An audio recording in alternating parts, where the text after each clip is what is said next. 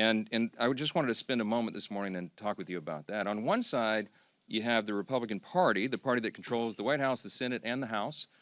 We call that unified government. It's the party that won the popular vote in every single swing state and made deep inroads with voters new to the Republican base. And we received that mandate gratefully, and we went immediately to work. So since the election in November, just in the last 9.5 months of this Congress, which began in January, Republicans have delivered incredible results for the American people. And we could stand up here and spend an hour going through just the bullet points and highlights of all that, but we put a few on the handy chart over here. But just think of what's been accomplished in the last 9.5 months. A couple of things listed here. We passed the historic working families tax cut, one of the most landmark pieces of legislation ever passed by the U.S. Congress for the benefit of the American people. We slashed taxes for hardworking Americans, geared for the lower and middle class earners who needed that assistance. We cut hundreds of billions of dollars in fraud, waste, and abuse from government. We solved the border crisis. We are working now to solve the crime crisis in major cities around America. We strengthened Medicaid. We improved health care access, and we lowered premiums with our legislation. We have restored peace through strength, thanks be to God, and we are ending wars around the globe. And we've restored common sense to a government that sorely needed it. That's part of the mandate that was given to us by the American people in the fall. And most recently, we did our jobs, and we passed a clean, nonpartisan CR to keep the government open for the people. Now look on the other side of that figurative split screen, as demonstrated here. The lights are out. It's all dark. Why? Because what the Democrats have accomplished in 9.5 months is a government shutdown. A couple other things sort of related to that. You know, they have made a lot of TikTok videos. We give them credit for that. They've also assaulted law enforcement officers. One of them's on trial for that. They've openly embraced and rallied with communists and socialists, most recently across the country on Saturday. They voted to raise taxes on millions of hardworking Americans at the worst possible time. They have voted against reducing fraud, waste, and abuse in government, and they have now voted, collectively, Democrats in Congress have voted 12 times to keep the government closed down. But it doesn't stop there. The Democrat shutdown is a glaring example of just how far the Democratic Party has strayed from common sense. Remember the simple truth here. It was over a month ago now that we passed, the Republicans passed the clean, short-term, continuing resolution. It's nonpartisan. No gimmicks, no tricks, no riders, no partisan Republican policy priorities added to that. It's 24 pages in length, as we've discussed so many times, and it is very, very simple. Why? Because it was a very simple good faith effort on our part to preserve our ability to keep negotiating on the full year funding bills. And of course, the other big issues facing the American people. So we wanted to keep the lights on. But what did the Democrats do? Instead of receiving that, voting for it as they have always done in the past, they broke from history and they rejected that. And they offered a counterproposal. Ours was a clean CR. We call theirs a dirty CR, and you all know why.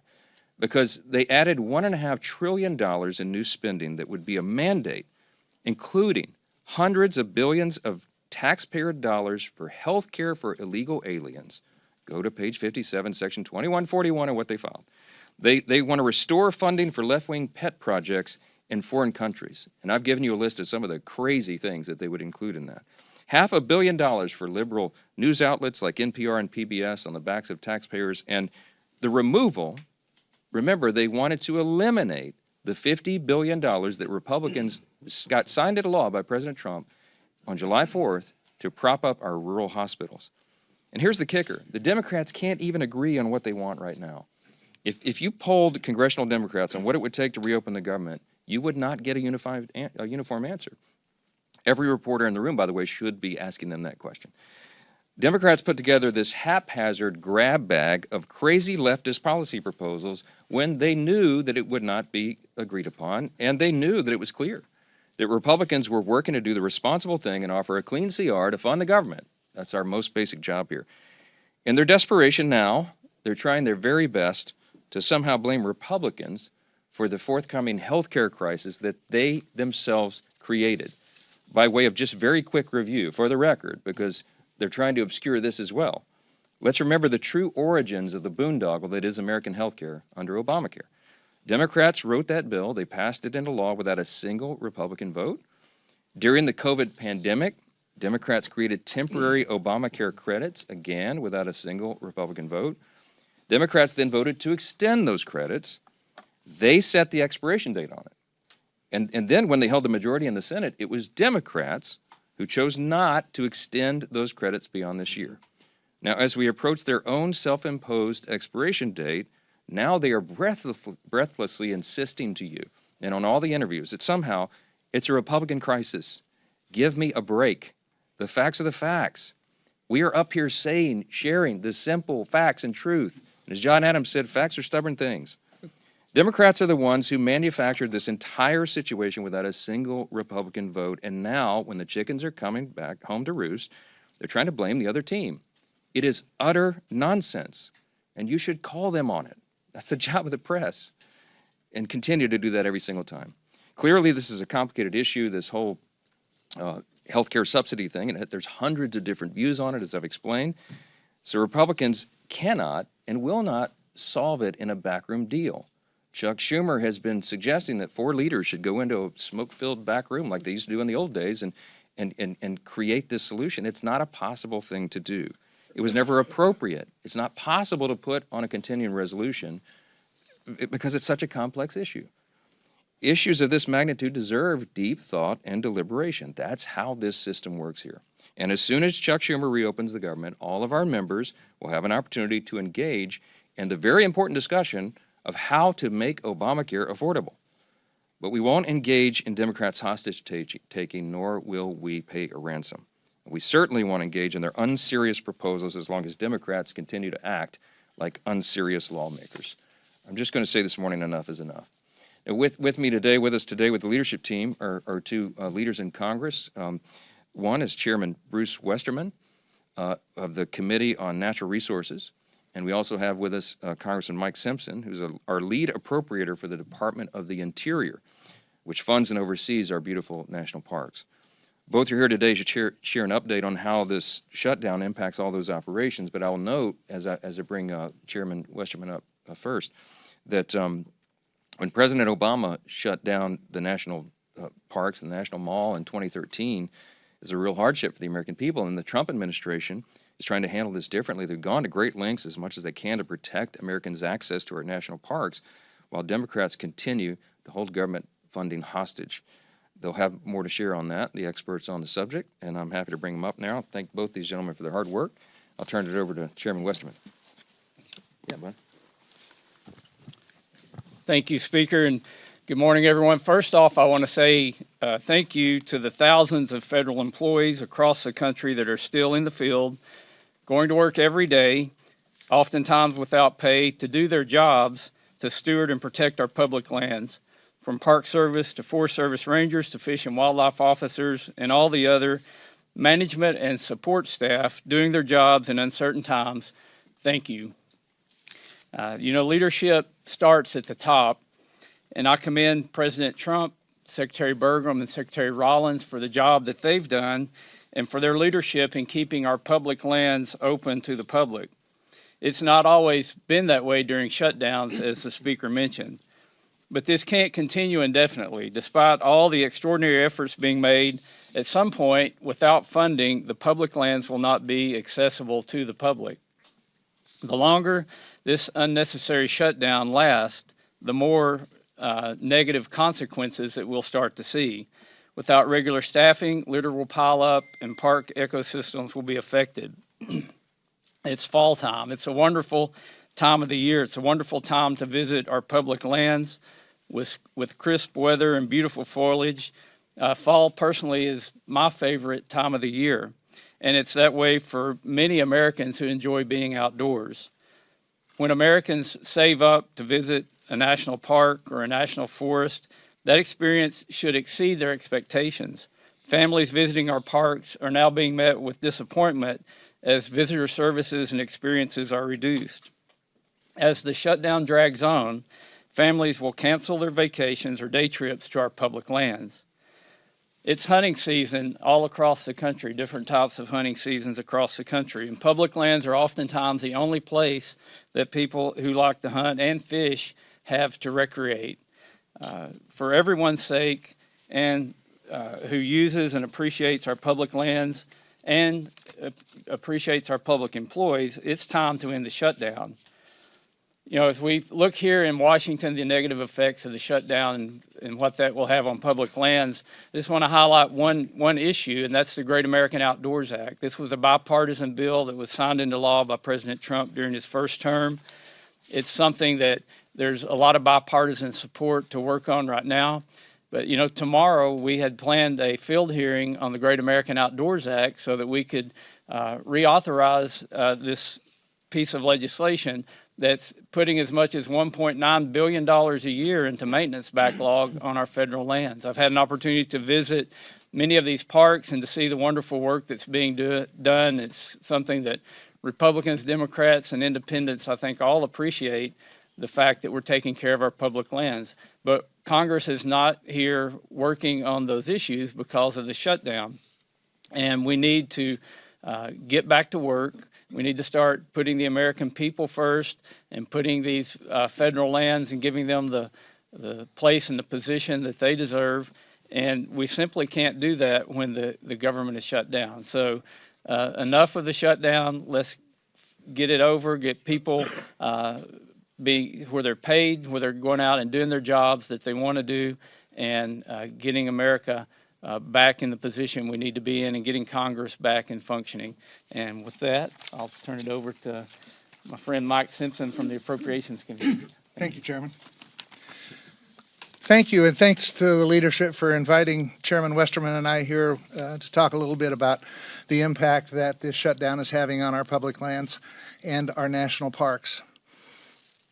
I couldn't agree more with House leadership, their position on this shutdown. House Republicans, as you are well aware, did not shut the government down. We voted to open the government and not shut it down. It's the House Democrats that and the Senate Democrats that are voting to shut the government down and keep it shut.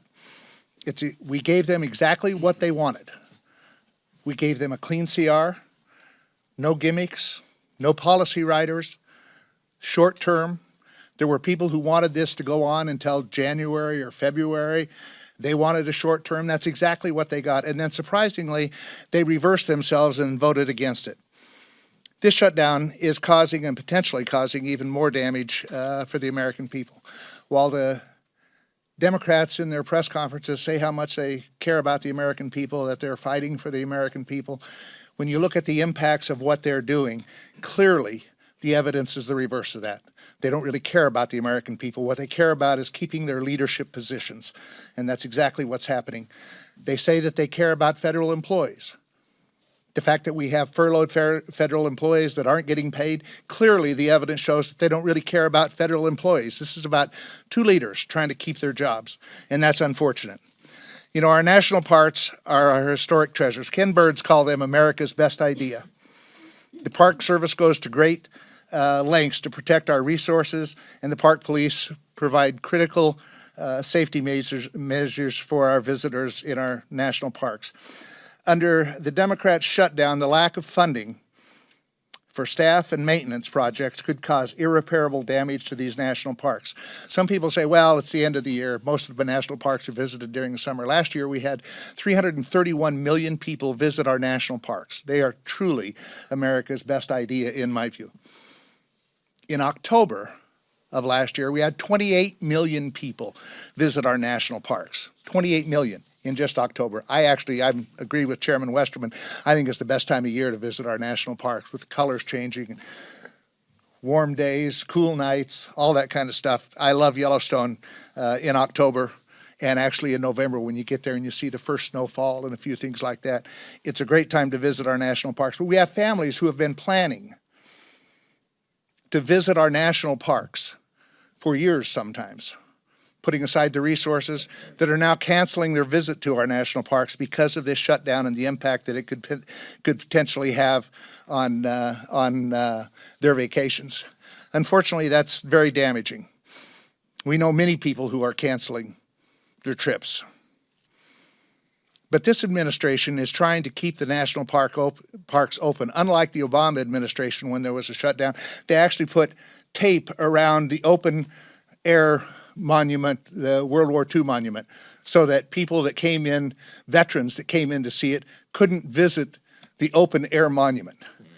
They tried to make it as painful as possible. This administration is trying to do just the reverse. They're trying to keep the parks open, they're trying to keep our public lands open, and trying to make it as least painful as possible. But it's going to get more and more painful as time goes on. I applaud this administration for their efforts to mitigate the impacts that this is going to have on our national parks. As I said, 28 million Americans visited our national parks in October, 24 million in November. So they're used all year long, whether it's just the great parks out in the west, Yellowstone and Glacier and Yosemite and Grand Canyon, or whether it's the Everglades in Florida or Arcadia in Maine. These national parks are a treasure to America, and our Americans love them. There's one other thing I would like to say. You've all heard us as appropriators, and actually as all Republicans have said, we need to get back to regular order. You all know what that means. What it means for those listening is that we pass bills, individual bills, we bring them to the floor, we go through the amendment process, we go to conference, and then we bring a conference report back between us and the Senate. This leadership team, we haven't done that for about 15 to 20 years. This leadership team that you see behind me has moved us in that direction more than any team I've seen ever. We are actually ready to go to conference with 3 bills right now that have passed the House. The Speaker plans on bringing, and the Majority Leader plan on bringing up the rest of the appropriation bills and trying to get back to regular order. You can't do that overnight. It takes some time. But they have moved us in that direction, and we will get back to doing it the way that it should be done, where we do individual bills, we conference them with the Senate, we bring them back to pass them. So I applaud this leadership team and the efforts that they're making, but we can't do it while the government is shut down. We need to open this government back up, and yes, there are many other issues that need to be debated and worked on. We can't work on those. As Westerman said, Chairman Westerman, can't have hearings and that type of stuff when we're shut down. So we need to change that. We need to open this government back up, get rid of this stupid Schumer shutdown, the 3 S's, I guess, and let us do our job. That's why we're here. I get a kick out of listening to the press conference from some of my senators saying, well, the House has been on vacation for a month. This is not what I call a vacation. If they think showing up once a day and casting 1 vote is work, they need to come over to the House side and see what we're doing. We're working with our constituents, we're out talking to people, and we're back in Washington doing our job too. So we'll continue to do our job, end this stupid Schumer shutdown, and let us do our job. And now I'd turn it over to the great Majority Leader of the House, Steve Scalise. Thanks. Thank you, Chairman Simpson. Preach it. Appreciate as well Chairman Westerman and the work that these great chairmen continue to do to try to keep government functioning as best as possible in the midst of very difficult circumstances that Democrats themselves created. I do think it's important, as we're at this point, that we look back over the last 9 months and really look at the difference between the 2 parties in Washington. And Speaker Johnson laid a lot of this out. You can see the poster. But just think about what happens every day here. Republicans wake up every day working with President Trump to try to get this country moving forward, to address and fix problems that frankly were created by Democrats. And what does the Democrat Party do every single day? Every day they wake up and just see what President Trump is doing and find a way to oppose it. Doesn't matter what he wants to do. President Trump came into office day 1, said he's going to secure America's border, was actually elected on it overwhelmingly. 80% of the American people agreed with President Trump and House and Senate Republicans who said that should be a priority. And we actually set course to do that. And we have done just that, secured America's border. And what did Democrats do every step of the way? They said no. They voted no to secure the border. President Trump said, we're going to try to get our economy back on track. We're going to stabilize the tax code so that no American family has a tax increase. Every American family was facing, on most cases, a 30+% tax increase. President Trump said no family deserves that.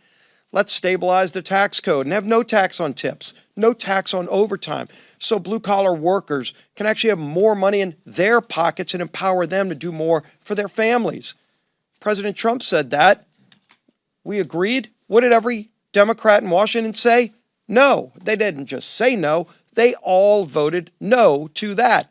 President Trump said we ought to produce more energy in America. Chairman Westerman was at the heart of a lot of those policies. You actually had to change policy to do it. So Congress and President Trump worked together to lower prices at the pump. Every American family today is benefiting from those great policies because they're paying less when they fill up their car every single day. And you would think, gee whiz, that would be a good area where all people in Washington, Republicans and Democrats, come together. But because President Trump said yes, what did every Democrat say? No.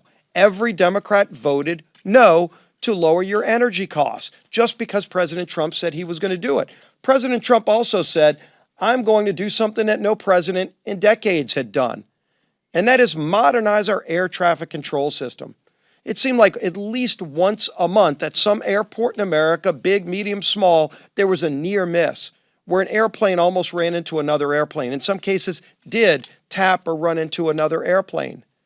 And it was happening because our air traffic control system is still based on 1980s technology. I was actually a student of computer science and learned how to program computers in the 1980s when we had floppy drive disks. You have to Google what that is today because we don't even have them anymore, except where? At all of our major airports across America. LaGuardia running on floppy disks from the 1980s. And President Trump said, we ought to do something about that. We ought to fix it. How about we modernize our air traffic control system? Now, this isn't a new idea. You would say, well, gee whiz, why wasn't that done in the 90s, in the 2000s? For goodness sake, the computing technology on this iPhone is more modern and capability and competently technologically advanced than what a lot of our air traffic control systems are using, except it cost money. It cost billions of dollars. And so previous presidents, Republican and Democrat alike, just didn't have the time or the priority to find the money to go modernize that system. And so some days flights across America would get canceled. It was happening over and over again, at least once a month, anywhere in America, disrupting the lives of American families who just kind of figured, I guess that's just the way it is because government's in charge. Well, Donald Trump said, all right, we're going to change things because that's what Donald Trump does. He finds a problem and he works to fix them. And again, you would think everybody would come together and say yes, except because Donald Trump said it, every Democrat had to say no. And in fact, when we put it in the bill, every Democrat voted no against modernizing our air traffic control system, just because it was Donald Trump's idea. This is a sick and twisted and lost, rudderless ship of a political party. That's who we're dealing with. When the press asks, gee whiz, is there something else you can offer these folks in a negotiation to try to get this off a ramp and find a better way to get the government open? The speaker's told you over and over again, there's something we can negotiate with, but when the party is so rudderless and morally bankrupt that just because President Trump has an idea, the Democrat Party's visceral reaction is just to say no. Right now, he's actually renovating the White House, building a new ballroom. I mean, anybody that's ever been to a state dinner, like the White House has been renovated over and over again. There wouldn't be an Oval Office if there weren't renovations by previous presidents. The West Wing was a renovation by previous presidents to make it better for all future presidents. And that's what Donald Trump is doing. He won't enjoy most of the time of that, but future presidents will, because in the future, when you have a state dinner, when we bring world leaders in, which we do all the time, and you host a president of a foreign country, a prime minister. I've been to some of those. Some of you have covered them. Where do you go? You walk outside of the White House in the rain sometimes to go to a tent, to host a world leader. That's what we do today. And President Trump said that's a disgrace. How about we do better? And not only did he say we were going to build a great ballroom that we can host these events, he funded it privately. He put up some of his own money. And you would think, well, gee whiz, at least they can agree to that. It's not even taxpayer money. It's going to be a permanent renovation that'll enhance the White House for all future presidents. What does every Democrat say? They say no to that. They say no to everything he does because they just are angry about the results of the election from last year. They're upset with the American people because the American people said we want somebody who's going to wake up every day and say, how can I solve Middle East peace? I'm not going to take no for an answer. I'm not going to take the old failed ways of doing it for an answer. I'm going to figure out a way to go do it, and he does. How do I work to help improve the lives of Americans? He goes and finds a way to say yes, and because he says yes, Democrats find a way to say no. It's a disgrace. It's a disgrace, but now it's having real impacts on American families. With this shutdown, it's not just their everyday feud with Donald Trump. It's become now a problem where American families are paying the price. Let's talk about what just came out a couple of days ago. The USDA sent a letter to all of the states saying, quote, if the current lapse in appropriations continues, there will be insufficient funds to pay full November SNAP benefits for approximately 42 million individuals across the nation. 42 million people across America are going to suffer from those SNAP benefits that they count on right before Thanksgiving because Chuck Schumer and Democrats are so angry with President Trump that they just want to find a way to say no. And when they say no, now they're saying no to 42 million families who will go without food so that Democrats can show their far left radical base that they're fighting President Trump. As if they've got to show off to some radicals who come march on the mall and hold up effigies to murder the president, 8647. You saw the signs. Over 800,000 people in my home state of Louisiana get food benefits through the SNAP program. Yesterday we talked about Senator Ossoff, who one Senate aide said on the record to The Hill in that article, said that he's more afraid of if he votes to open the government, he will lose the clicks he's getting from foreign states and the small donor donations that add to about $3 million. That's what he's afraid of.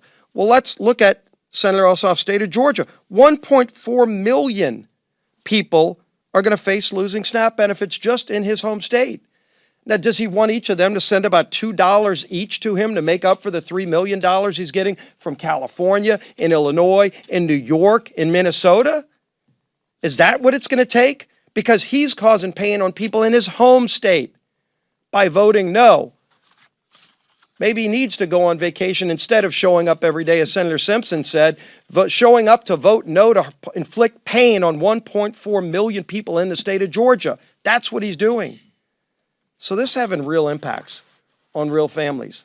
We're here working, and the House has passed the bill, despite 99% of Democrats voting no. Again, President Trump said yes, they say no, doesn't matter what the issue is.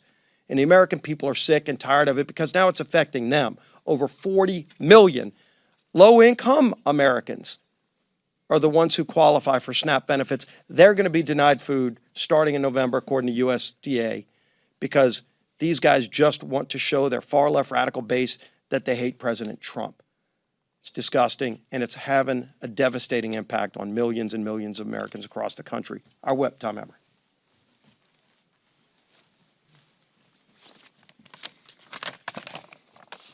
Well, Democrats have voted 12 times to shut the government down. 12 times. And now they're refusing to support legislation that would help alleviate some of the pain they've inflicted on the American people as a result. Earlier this week, the minority leader in the House said he opposes legislation that would pay our troops and essential federal workers during the Democrat shutdown. This includes Border Patrol agents, air traffic controllers, TSA agents, and more. All of whom, by the way, as these speakers have pointed out, are showing up to work without receiving a paycheck while the Democrats play their shutdown games. Some would say the soon-to-be former House Democrat leader went so far as to call this legislation, quote, a political ploy. Well, I'll tell you what a political ploy is. Holding the American people hostage just so you can avoid getting the guillotine from your far left base. That's a political ploy. The good news is this madness can end immediately if 5 Senate Democrats would grow a spine, stand up to the radicals in their party, and pass our clean CR and reopen the government. It contains no partisan policy riders, no gimmicks. In fact, it's the same spending levels that Democrats supported just 6 months ago and that you've heard repeatedly they passed 13 times under the Biden administration. We have made this plain and simple. We have made the process as plain and simple as possible. To our Senate Democrat colleagues, it's not too late to do the right and reasonable thing. Pass our CR and reopen the government for the people that you are actually elected to serve. Let's get it done today. With that, Lisa McClain.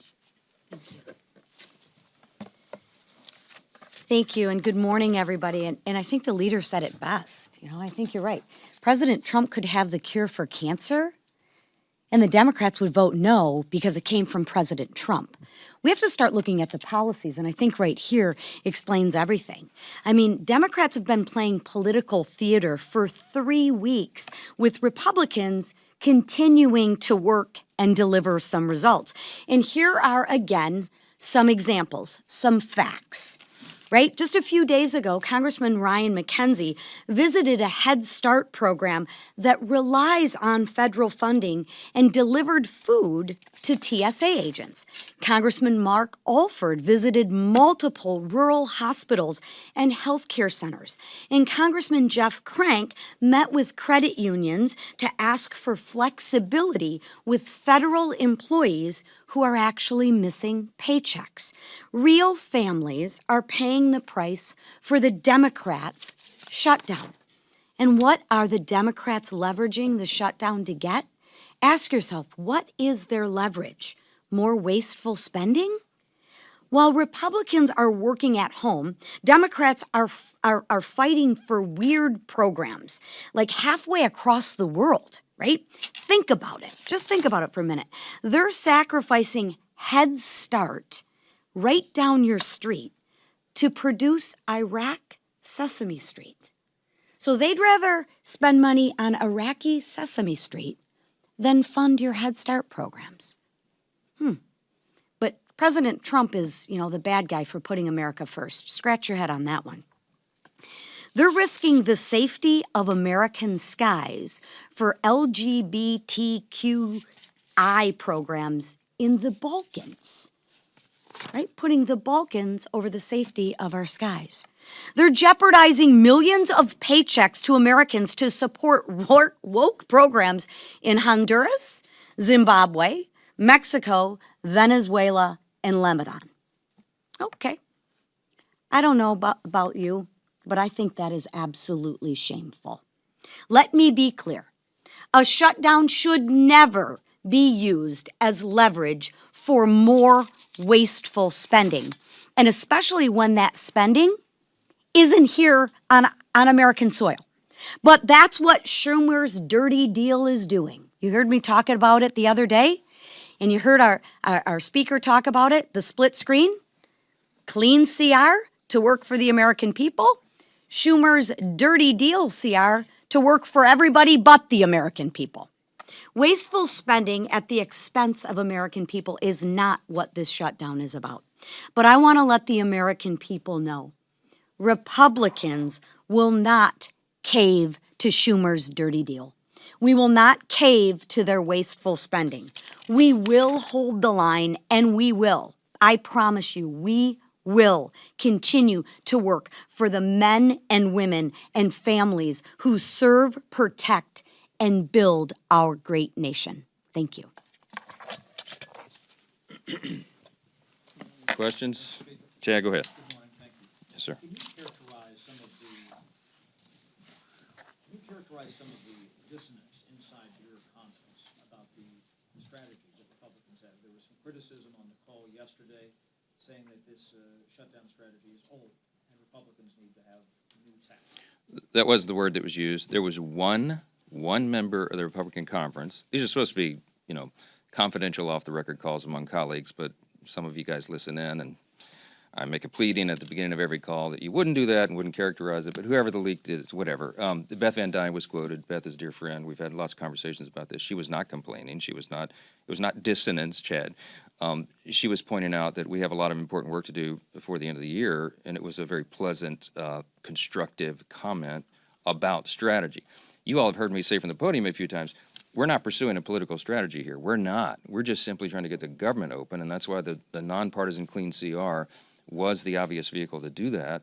And so we're not making political calculations here. We're making calculations on behalf of the American people. How can we get the government operating as soon as possible so they can get all these vital services and paychecks restored? And that's what this is about. So, I mean, if you called each individual House Republican right now, we're almost 100%, probably 99.8%, okay, of every House Republican understands exactly why we're in the situation we're in. Are we all anxious to get back to work here for regular legislative session? Absolutely. She wanted the House to come back into session. No, that's not what she said. If you had listened in directly on the phone, you would know. You can ask her about it. No, she said that the message. She said the message is feeling old, and I said, you know what, Beth, you're right, because we come out here and say the same thing over and over every day. But there is a method to that madness, because as I explained in my comments here, we have to repeat the simple truth over and over. Why? Because the Democrats are in an all-out assault on the truth. They're trying to obscure and distract, and you see all the different shiny objects they're trying to make everyone look at every day. I will tell you that the best evidence I have for you this morning, so that you know that the Democrats caused this shutdown, is because if the Republicans were responsible for this shutdown, that would lead the news in every mainstream media outlet every single night. It would be top fold of every newspaper on the front page every single day. Some of the mainstream media outlets aren't even covering it right now. Why? Because they're trying to give cover to the Democrats who have caused this. I mean, look, everybody knows the facts. The American people are not stupid. And we're in here every day appealing to their common sense and relaying the facts. And thankfully, those facts are saturating. Yeah. Yeah. I do want to point out that the shutdowns led the Today Show for about the last 2 Oh, good. Thank you for that. Okay. Thank you, Today Show. Thank you. Make sure you're clear about that. Thank you. Secondarily, some of your Republican colleagues have raised concerns about the Trump administration opening up the market to Argentinian beef farmers, saying that it could prioritize them over American beef farmers. What do you say to your Republican colleagues about that move by the administration, and what are you doing as a Republican Congress to help American farmers, beef farmers in particular? Well, we're doing a lot of work. We had some discussion on that yesterday, and I don't know the latest developments, but I can tell you there have been some over the last 24 hours. Harriet Hageman is one of the members of Congress from Wyoming, and she has lots of cattle ranchers and was articulating some of their thoughts and ideas, and she was connected to USTR and to the White House. And they're having those thoughtful discussions. The White House doesn't want any unintended consequences. What they're trying to do is improve the lives of everyday Americans, make our economy work again, and make sure that we are treated fairly by trading partners around the world. And there's lots of complications and a lot of moving parts when you're talking about trade agreements, renegotiating old trade agreements between, over 100 nations all at once. But they've done an extraordinary job, and they're working to fine-tune all those details, and you'd have to direct specific questions about it to the White House, because I don't really know. Yes, ma'am. Leader Thune said it's time for the House to start thinking about coming back and passing a longer-term CR. How long should the next CR go until would you be open to a year-long CR? No, I'm not sure that's what he said. I mean, he and I visited yesterday for about an hour, and Leader Thune and I are 100% aligned on all of this, as we are with the president. In fact, Leader Thune and I spent some time with the president on the phone yesterday about all this, and I was with the president in the White House the night before for a couple of hours. What we're talking about is that obviously the calendar is being eaten up by all this political nonsense by the Democrats. And I used the word, it's getting a little dicey in here yesterday. Some of you quoted, Chad quoted me, I saw it this morning. I don't know how else to describe it. Look, we're running out of time to do very important, necessary things. And as Mike Simpson, Chairman Simpson pointed out here earlier, as one of the lead appropriators, chairman of one of those subcommittees, he noted that the date of November 21 was decided upon by the experts in the field, the appropriators themselves, in a bipartisan agreement. They agreed they needed 7 more weeks. Some people, as Chairman Simpson noted, some people wanted the CR to go all the way into the middle of next year, and there was all sorts of varying opinions. But the Republicans and Democrats on the Appropriations Committee came together and agreed on that appropriate date. But it was calculated to allow enough time to finish the job. I think all of them, when they decided upon that date, were in good faith, and they said, and the Democrats said to us, please make it clean. please don't add Republican priorities because then we can get the job done. We did exactly that. We have been in good faith every single day on this, and they are eating up the clock. So we're getting closer to November. It is going to be more and more difficult with each passing hour to get all the appropriations done on time. We acknowledge that, but we have to decide this on a day-by-day basis. Last question. Yes, ma'am. Second row, right here. Yeah. How comfortable are you with the president apparently seeking $230 million from the Department of Justice? I don't know the details about that. I've just read it. I didn't talk with him about that. I know that he believes he's owed that reimbursement. What I heard yesterday was if he receives it, he was going to consider giving it to charity. I mean, he doesn't need those proceeds. But we're for the rule of law. We're for what is just and right. And it's just absurd that. I mean, as has been noted here several times this morning, they attack him for everything he does. It doesn't matter what it is. This whole dust-up about the White House, just by way of quick review, because I'm an amateur historian, you'll understand, the White House has been renovated many times over the years, you understand. I mean, it was built between 1792 and 1800, right? The British burned it down practically in 1814, and then they rebuilt it in the early 1820s. And ever since, like, we've had many presidents renovate and add things to the White House. Teddy Roosevelt built the whole West Wing. Who was it? FDR, with Taft, I think, added the Oval Office. FDR made additions. I mean, Truman put ripped everything up to put a bowling alley in. FDR had added the swimming pool, I think. Barack Obama added a basketball court. President Trump's going to add the greatest improvement to the White House in the history of the building since it was originally constructed in 1800. The ballroom is going to be glorious. It's going to be used for everybody. And by the way, hey, Democrats, if you win the White House back, you get to use it too. This is for the American people, and he's using private funds to do it. How in the world could they oppose that? The only logical reason is because they have Trump derangement syndrome, and that's what explains a lot of this. Two things. They want to oppose the president, and Chuck Schumer and Hakeem Jeffries are scared that they're going to lose their jobs. We all know that. I've said it over and over. It is an objective fact, and you can see it themselves. I wish that you guys would chase them down and call them up and ask them what it is they're demanding. This madness in the counterproposal, what I told you about, is the offer still on the table? They can't even articulate what they want. You know why? Because this was never about a solution on health care or anything else. This was about a spectacle. It was about a political distraction, and it was so that they could show a fight to the Marxist left in the Democratic Party. Look at the split screen. I'll leave you with that. Thanks so much.